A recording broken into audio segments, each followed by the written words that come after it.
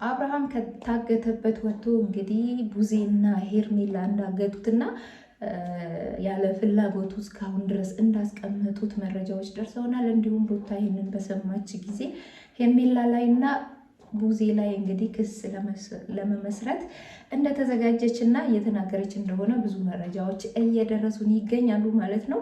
እውነት ለመናገር እጅግ በጣም የሚያሳዝን ነገር ነው። ምክንያቱም ያለ አንድ ሰው ፍላጎት በእነሱ በሁለታቸው ፍላጎት ብቻ ያለ አብርሃም ፍላጎት አግቶ እስከዛሬ ድረስ ማስቀመጥ እንግዲህ እውነት ለመናገር በጣም እጅግ በጣም ያስጠይቃቸዋል። ምንም የእናትሽ ልጅ ወንድምሽ ቢሆን ራሱ ቡዜ እንግዲህ ከህግ የምታመልጭበት ምንም ምክንያት የለም። ሩታም የመክሰስ መብት አላት። ምክንያቱም ባለቤቷ ነው፣ የልጁ አባት ነው። ያለ ፍላጎቱ ነው ያገታችሁት። እሱ አይፈልግም፣ ከሄርሜላ ጋር መሆንም አይፈልግም።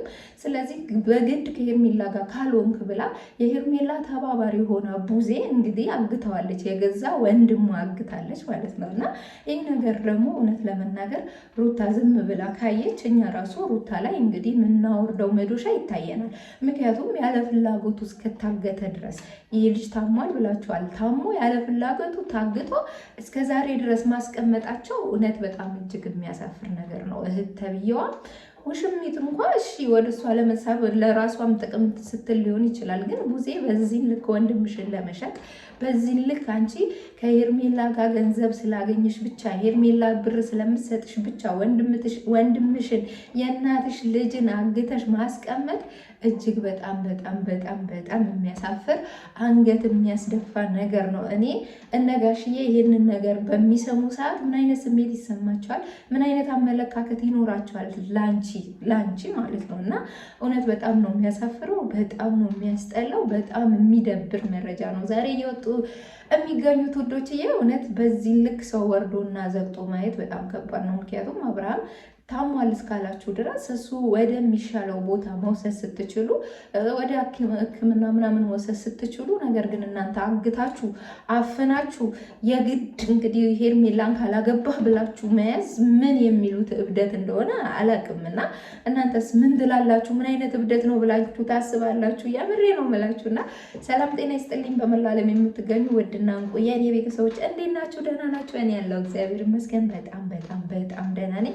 ዛሬም እንግዲህ አዳዲስ መረጃዎች ደርሰውናል። እነዛን መረጃዎች ለእናንተ ለማካፈል እንግዲህ እንዲህ ሽብርቅ ብለን መተናል። ከእናንተ የምንጠብቀው ደግሞ ላይክ፣ ሼር፣ ሰብስክራይብ እያደረጋችሁ ይህንን ቪዲዮ ለብዙ ሰው እንዲዳረስና እንግዲህ ለሩታ ለአብርሃምም ድምፅ እንድንሆናቸው እንግዲህ ከወዲሁ በትህትና ጠይቃቸዋለሁ። ምክንያቱም የአንድ ሰው ያለ ፍላጎቱ የሆነ ቦታ ወስዶ ማስቀመጥ ለ3 ቀን ለ4 ቀን ለ5 ቀን ማስቀመጥ ያለዛ ሰው ፍላጎት በህግ ያስጠይቃል አይደለም? ስለዚህ ሄርሜላ እንግዲህ ህጋዊ ባለቤትሽ እንዳልሆነ ሁላችንም እናውቃለን። ቀለበት ስላረገልሽ ብቻ ህጋዊ ባልሽ ነው ማለት አይደለም። ቀለበቱን በአደባባይ ነው አውጪ ብሎ እንግዲህ አውጪ ነው ያልፈልግም ብሎ ቀለበቱን ሲያስወልቅሽ የነበረ ሰው እንግዲህ ያለሽ አማራጭ እሱን አግቶ የግልሽ ማድረግ ከሆነ በጣም ተሳስተሻል። እስከ መቼ ድረስ ነው የምታግቺው? አግተሽ የራስሽ ታደርጊዋለሽ?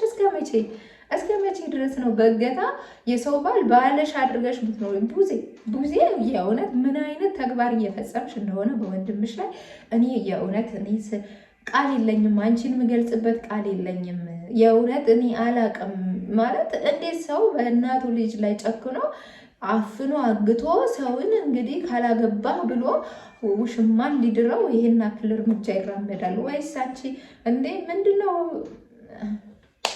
እኔ አላቅም የምር ምን እንደምላችሁ ራሱ ግራ ገብቶኛል። እና እውነት ነው ማታ የተለቀቀ ቪዲዮ አይቻለሁ። በዚህ አጋጣሚ ሩታዬ እንኳን ደስ አለሽ ማለት እወዳለሁ። 300,000 ሰብስክራይብ እያከበርሽ ነበረ። እውነት ለመናገር 300,000 ሰብስክራይብ በመግባትሽ እኔ በግሌ በጣም ደስ ብሎኛል። ይገባሻል። ከዚህም በላይ ማደግ ያለብሽ፣ ከዚህም በላይ መድረስ ማድረግ የምትችይ ጀግና ሴት መሆንሽን ምንም ጥርጥር የለውም። ነገር ግን ይህን 300,000 ሰብስክራይብ ስታከብሪ እንግዲህ ባለቤትሽ አጠገብሽ ቢኖር ብዬ ተመኘው። ቢኖር አብርሃም ከእሷ ጋር ሆኖ ይህንን 300,000 ከልጁ ከሚስቱ ጋር ሆኖ ከጓደኞቹ ጋር ሆኖ ቢያከብር ብዬ ተመኘው። ምክንያቱም እሱም እንግዲህ ለዚህ ቻናል እንግዲህ ብዙ ዋጋ ከፍሏል። ወደዳችሁም ጠላችሁም አይደለ? ሰው ሩታ ሰርፕራይዝ አድርገውሽ ወዘተ ተረፈ ምናምን ሊሆን ይችላል። ግን እንደዚህ አይነት ሰርፕራይዞች ሊደረጉ ይችላሉ። ኦኬ እነሱ እንዳይደብራቸው ከቤት ውጡ ማለት ስለማች አንዴ ስለተደረገ ምናምን ቪዲዮ ሊቀረጽ ይችላል። ግን ቪዲዮ ከተቀረጸ በኋላ ቪዲዮን አስቀምጠሽ አብርሃም ከተገኘ በኋላ ወደ አንቺ ከመጣ በኋላ ይሄ ቪዲዮ እንዲህ ነበረ ብለሽ መፖሰት ትችይ ነበረ። እዛ ጋር ባልሽ ታግቶ፣ እዛ ጋር ባልሽ በባልሽ እህትና በባልሽ ውሽማ ታግቶ፣ አንቺ እዚህ ጋር ኬክ መቁረስ ምናምን እልል ማለት ማሽቃበጥ ተገቢ ነው ብዬ አልልም። እንደኔ ይሄ ያንቺ መፍት ሊሆን ይችላል። እንደኔ ግን እንደኔ ሀሳብ ይሄ ጊዜው አይደለም። ገብቶሻል? ትንሽ መጠበቅ ነበረብሽ። ትንሽ ታግሰሽ ባልሽን በእጅሽ ካስገባሽ በኋላ ከዛ በኋላ ይደርስ ነበር እና በጣም ቸኮላችሁ። ሰርፕራይዝ አድራጊዎቹም ደግሞ ታውቃላችሁ። በእርግጥ እኔ ከሩታ አጠገብ የሚቆሙ ሰዎች ሁሉ ይቅርታ አድርጉልኝና ሩታን የሚጎዳት ነው መስሎ የሚታየኝና አንድ ለሩታ የሚያስብ አንድ ስለ ሩታ የሚጨነቅ አንድ ስለ ሩታ ሕይወት አሳስቦት ተቆርቆሮ የሚያወራ ሰው አይቼ አላውቅም። ሁሉም ለጥቅም የቀረቡ ሁሉም ለራሳቸው ለሆዳቸው ለገንዘባቸው የቀረባት ለራሳቸው ብቻ እንጂ ስለሷ ደህንነት ስለሷ ትዳር መበጥበጥ ስለ ልጇ የሚያስቡ አይመስለኝም። እና ቢያስቡ ኖሮ አሁን በዚህ ሁኔታ ሆና 300 ሺህ ብለው ኬክ አዘጋጅተው የሆነ ነገር አድርገው ይህን የፍሽታና የደስታ እንትን አያከብሩም ነበረ እና ይሄ ነገር መደረግ አልነበረበትም። ቢደረግም ደግሞ ቪዲዮ ማስቆየት ነበረብሽ። ምክንያቱም አብርሃም ከተገኘ በኋላ ያንን ቪዲዮ መፖሰት ትችይ ነበረ።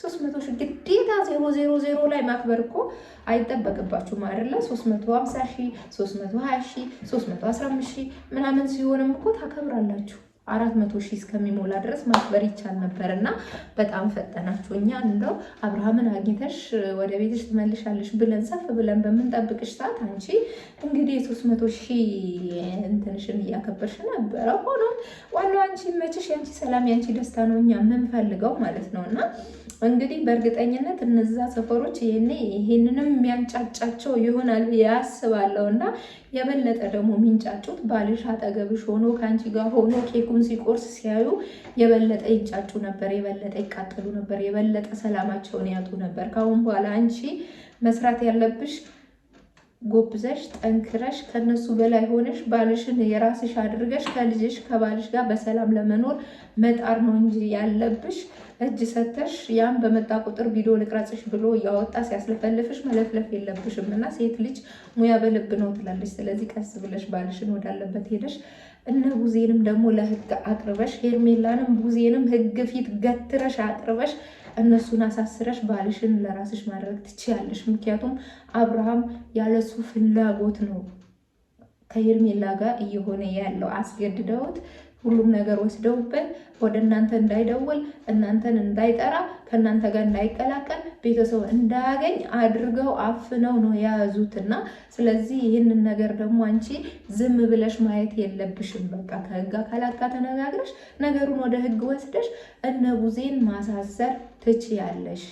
ነገ ዛሬ እያልሽ የባልሽን እንግዲህ እውነት ታሞ ከሆነ እኔ እውነት ለመናገር አልታመመም ትይለው ወይ ማዕዶት ልትሉኝ ትችላላችሁ። አዎ የአብርሃም መታመም እስከዛሬ ድረስ እኔ እያመንኩበት አይደለም። እስከዛሬ ድረስ ሁለቱም ስለተመቹት ነው ብዬ ነው እኔ ራሴን ያሳመንኩት። ግን አሁን ላይ ደግሞ ሄርሜላ እንዳሳገተችው እንዲሁም ደግሞ ቡዜ ደግሞ የሄርሜላ ተባባሪ እንደሆነችና ወንድሟን እንዳሳገተች ስሰማ የእውነት ምን አይነት ጭካኔ ነው! እና እውነት ይሄ ልጅ ታሟል እንዴ እንድል አድርገውኛል። እና በዚህ ልክ ሰው መጨካከል ደረጃ ደርሷል። በእርግጥ ምን ይገርማል፣ ከዚህ የሚባሱ ነገሮች እየተሰሙ ነው ያለው ሀገራችን ላይ።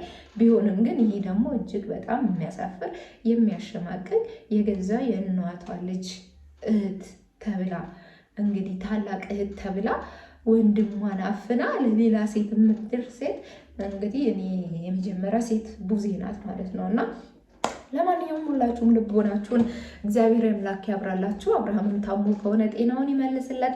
አብርሃምና ሩታን እንግዲህ በፍቅር እየኖሩ የምናይበት ጊዜ ቅርብ ያደርግልን ለማለት እወዳለሁ። የኔ ውድ ቤተሰቦች እናንተ ሀሳብ አስተያየታችሁ ኮመንት ላይ ብታስቀምጡልኝ እጅግ በጣም ደስ ይለኛል። እናማ ማለት ነው እንዴ እናንተ ምንድነው እኔ እንደዚህ ሆኜ ስመጣ እናንተ ላይክ፣ ሼር፣ ሰብስክራይብ አታደርጉም? እስካሁን ለምትሰጡኝ ላይክም ሼርም ሰብስክራይብ ማርያምን ከልብ ያመሰግናለሁ። እግዚአብሔር ያክብርልኝ። በጣም ወዳችኋለሁ። በጣም እያገዛችሁኝ ነው። ሰብስክራይብም እያደረጋችሁ ነው። ግን ከዚህ በላይ አንጠግብማ። ከዚህ በላይ ስለምፈልግ ነው። ይህንን ቪዲዮ ላይክ ሳታደርጉ ግን እንዳትወጡ ትዕዛዝ ነው። ያው የአራስ ትዕዛዝ ደግሞ ይከበራል።